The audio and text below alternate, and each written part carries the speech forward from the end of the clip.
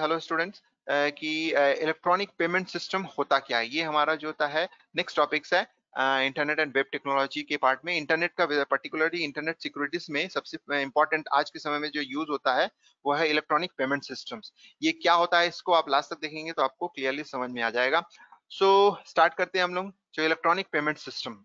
So electronic payment systems have become more popular to increase the use of internet shopping. जैसे Amazon हो गया, Flipkart हो गया या Myntra हो गया, these are the online internet shoppings है। तो इस पर्टिकुलर ऑनलाइन इंटरनेट शॉपिंग के थ्रू जो भी हम लोग करते हैं, so these are known as a one kind of, that is the name is called electronic payment system। इसको हम लोग जैसे ऑनलाइन शॉपिंग बोल रहे हैं, तो ऑनलाइन शॉपिंग में जब भी हम कोई पेमेंट करते हैं तो उसको हम लोग ईपीएस के थ्रू किया जाता है। So with increasing technology, the range of devices and the process used to transact electronically continue to increase while use of cash and check transaction is decreasing।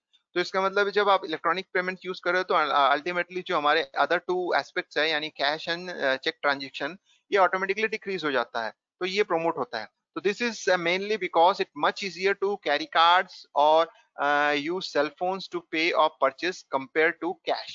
तो इसका मतलब है कि आप कैश को अनऑथेंटिक मतलब होता है कि कैश को आप कैरी करने के बजाय आप यूज कर रहे हैं किसको, एक इलेक्ट्रॉनिक कार्ड को यूज कर रहे हैं जिसके थ्रू आप lakhs of thousand and lakhs of जो पेमेंट है उसको आप इजीली कर सकते हो without carrying the cash. So EPS types जो कार्ड्स होते हैं, तो ईपीएस टाइप्स मतलब उसके कार्ड्स मतलब हम लोग देखेंगे कि कितने टाइप के कार्ड ईपीएस पेमेंट्स होता है। जैसे इलेक्ट्रॉनिक पेमेंट्स की बात कर रहे हैं तो different types of electronic payment. तो they are the most common form of electronic payments is card.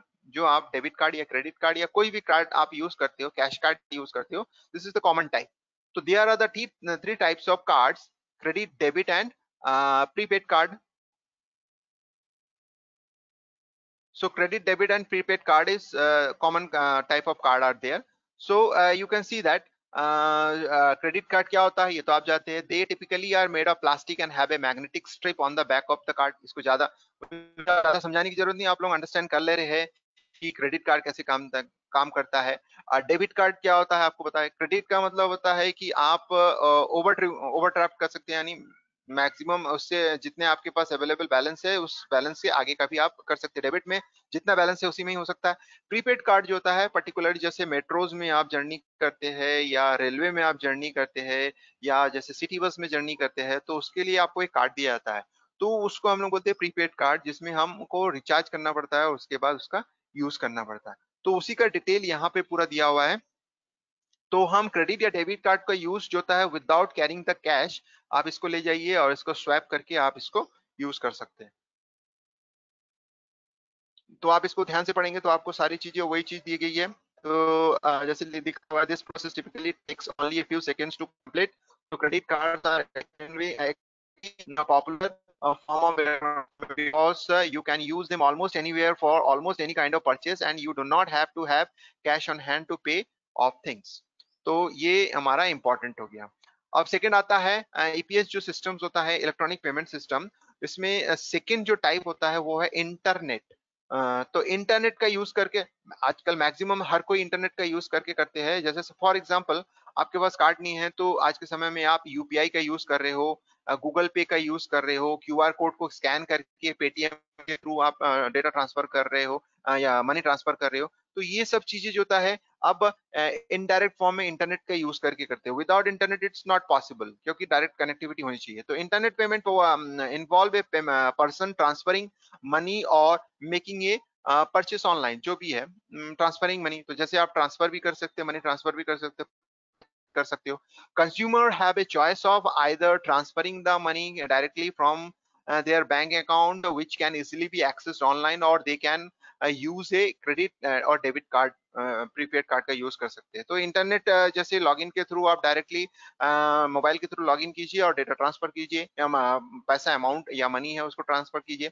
और नेक्स्ट वन इज आपके पास most popular the most people prefer to use the second option easily, especially when making online purchase. तो second option का मतलब होता है कि आप जैसे आप यूज कर रहे हो तो इंटरनेट का हम जनरली यूज करते हैं। तो this form of payment continue to increase in popularity with even growing e commerce industry. तो इसका मतलब है इंटरनेट जो ईपीएस सिस्टम है, ये ऑप्शन जो होता है सभी के लिए बेटर ऑप्शन है instead of that credit and debit card option.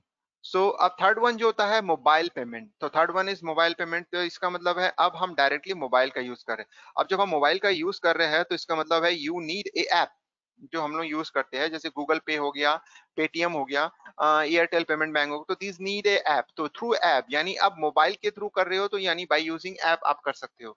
So although the number of transaction that can be carried out via a cell phone are limited, they still can be used to facilitate some electronic transaction. Mobile phone manufacturer have enabled their phone software to allow user to access electronic commerce. यानी ये जो अब मैं बात कर रहा था, जैसे सिक्योरिटी इश्यूज में मैंने पढ़ा था कि इंफ्रास्ट्रक्चर इंफ्रास्ट्रक्चर लेयर होता है।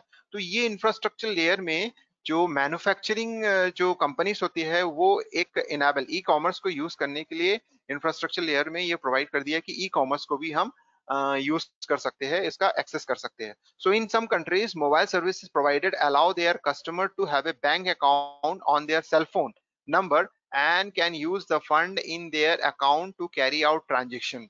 तो यानी सब कंट्रीज में ये कंपलसरी कर दिया है कि mobile service provider allowed their customer यानी to have a bank account, यानी उसके उसमें प्रोविजन प्रोवाइड कर दिया है कि आप अपने सेल फोन जो भी है उसको बैंक अकाउंट से जोड़ के रख सकते हैं। अब ईटीएस टाइप में थर्ड फोर्थ नंबर जो आता है, पहला हो गया हमारा कार्ड, दूसरा हो गया इंटरनेट, तीसरा हो गया मोबाइल बैंकिंग, फोर्थ नंबर है person to person. Person to person payment क्या होता है ये देखिए। तो this payment enables a person to pay another using a online account. यानी अब पर्सन टू पर्सन जो इलेक्ट्रॉनिक पेमेंट सिस्टम है, यहाँ पे हम लोग हम एक्चुअली हम लोग जो इस टॉपिक्स में इलेक्ट्रॉनिक पेमेंट सिस्टम, यहाँ पे हम लोग ये देख रहे हैं कि हमारा जो मनी ट्रांसफर है या पैसा जो ट्रांसफर है एक पर्टिकुलर पॉइंट से दूसरे पर्टिकुलर पॉइंट में कैसे होता है। जैसे फॉर एग्जांपल एक पर्सन से दूसरे पर्सन में कैसे हो रहा है। एक जो आपके पास दुकानदार है यानी शॉपकीपर्स है, उससे पैसा जो होता है दूसरे शॉपकीपर्स के पास कैसे जा रहा है। एक कस्टमर से पैसा एक शॉपकीपर के पास कैसे ट्रांसफर हो रहा है। तो यही ट्रांसफर को हम देख रहे हैं। तो ये ट्रांसफर करने के लिए पहला तो होता है कार्ड के थ्रू आप ट्रांसफर कर सकते हैं। दूसरा ये है कि आप जो होता है इंटरनेट बैंकिंग के थ्रू लॉगिन करके आप उसको ट्रांसफर कर सकते हैं। तीसरा जो होता है मोबाइल बैंकिंग यानी मोबाइल ई कॉमर्स के थ्रू आप उसको ट्रांसफर कर सकते हैं बाय यूजिंग ऐप। और फोर्थ जो ये बता रहा है कि एक पर्सन दूसरे पर्सन को पैसा कैसे ट्रांसफर कर सकता है। तो दिस एनेबल्स जो बोल रहा है कि एक पर्सन अपने अकाउंट से एक ये प्रीपेड कार्ड और another mechanism that store values, तो वो अब दूसरे को सेंड कर सकता है। तो एक पर्सन दूसरे पर्सन को भी सेंड कर सकता है।